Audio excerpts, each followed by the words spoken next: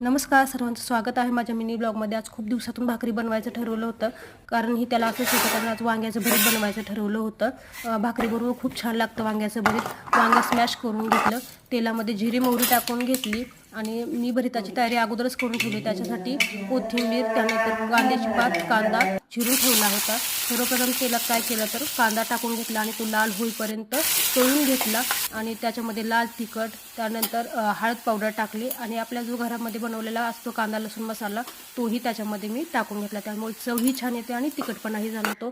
त्यानंतर कांद्याची पात टाकली, त्यानंतर स्मॅश केलेलं जे वांगं असतं ते वांगं टाकलं आणि ते सगळं एकजीव करून घेतलं. त्याच्यामध्ये मीठ टाकलं, त्यानंतर कूट टाकलं आणि सगळं ते मिक्स करून सगळ्या शेवटी कोथिंबीर टाकली. हे रात्रीचा भात गरम करून घेतला. हे वांग्याचं बनवलेलं भरीत आणि हे चिवसाठी सकाळी बनवलेली बटाट्याची भाजी ते सगळं एकत्र केलं आणि डायनिंग टेबलवर नेऊन ठेवलं.